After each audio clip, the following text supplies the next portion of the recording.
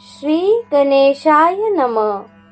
श्री नवनाथ महाराज की जय। श्री नवनाथ भक्तिसार कथा अध्याय 33. हा अध्याय वाचल्याने धनुर्वात होणार नाही व तो झाला तर तो बरा होईल।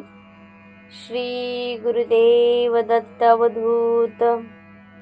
गोरक्ष तीर्थयात्रा करीत गोदावरीच्या तीरावरून जात असताना एकदा त्याला खूप तहान भूक लागली, परंतु खाण्यासाठी काहीही मिळेना। तसाच फिरत असताना दूरवर एका शेतात 10 वर्षाचा माणिक नावाचा शेतकऱ्याचा मुलगा काम करीत होता। गोरक्ष त्याच्याजवळ गेला व त्याने आपल्याला भूक लागली आहे तेव्हा अन्न पाणी मिळेल का त्याबद्दल विचारले। त्या मुलाने आपल्यासाठी आणलेले जेवण व पाणी गोरक्षाला दिले। गोरक्षाचा आत्मा शांत झाला। त्यांनी त्याला धन्यवाद देत म्हटले, मला तृप्त केलेस, मी प्रसन्न झालो आहे, तुला हवे ते माग। हसून तो मुलगा म्हणाला, तुम्ही पोटासाठी गावोगाव भिक्षा मागता, तुमच्याजवळ मला देण्यासारखे काय आहे?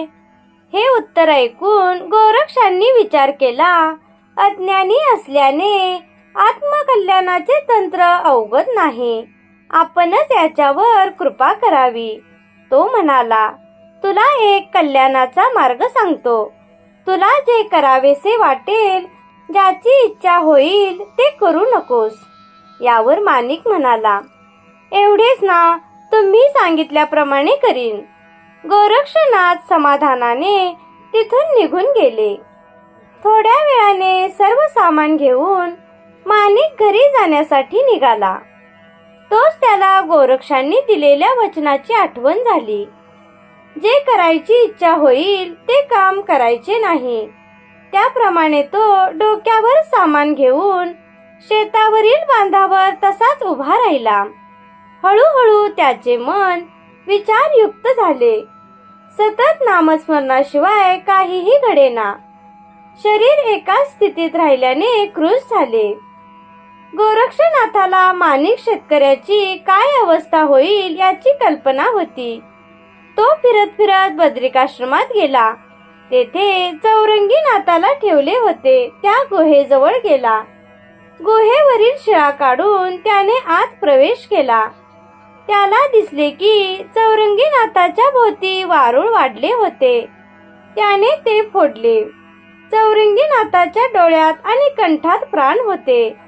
तपोबलामुळे नवीन हातपाय फुटले होते। मंत्राचा उच्चार सूक्ष्मपणे चालू होता। गोरक्षाने त्याला सावध केले, त्याच्याकडे कृपादृष्टीने पाहिले। त्यामुळे चौरंगीच्या देहात शक्ती आली। तो स्वतः उठून बसला। त्याने गोरक्षाला साष्टांग नमस्कार केला। गोरक्षाने त्याला बद्रिकाश्रमात आणले। शिवालयात जाऊन भगवान शंकरांना जागृत करून चौरंगीला त्याचे दर्शन घडविले। गोरक्ष 6 महिने तेथे राहिला।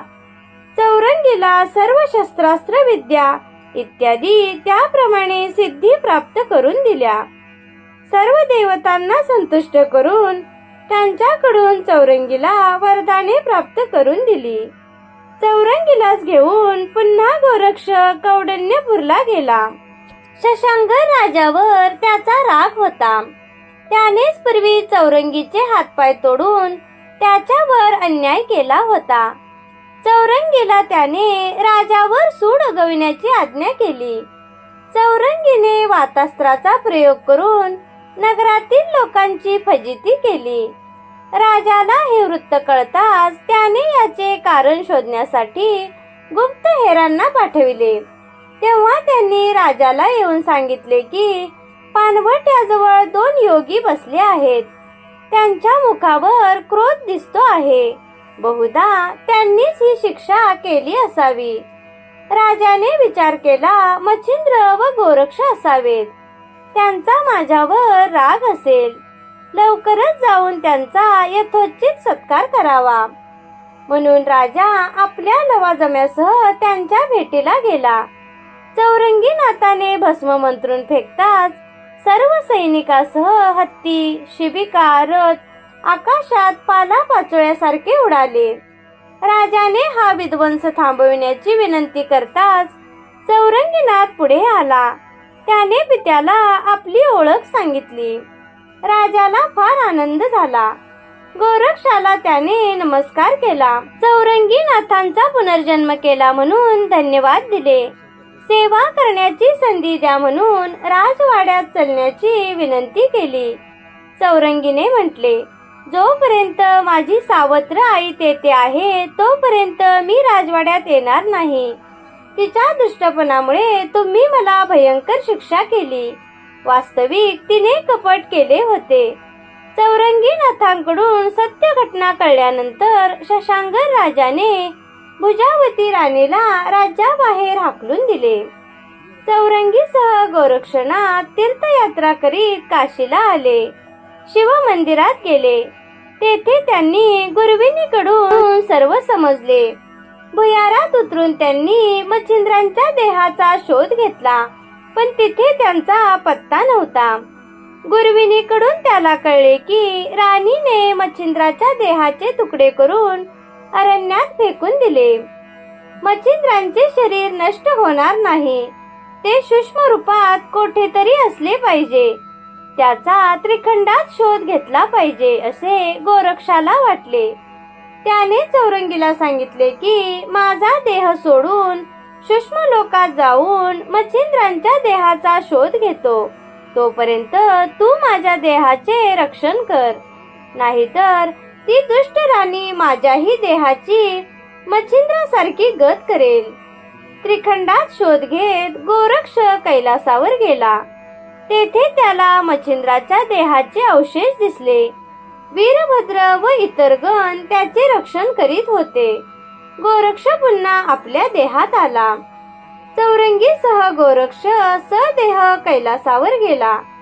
प्रथम त्याने सामोपचाराने मच्छिंद्रांच्या देहाची मागणी केली, परंतु वीरभद्र, अष्टगण, चामुंडा यांनी नकार देऊन युद्धाचे आवाहन केले.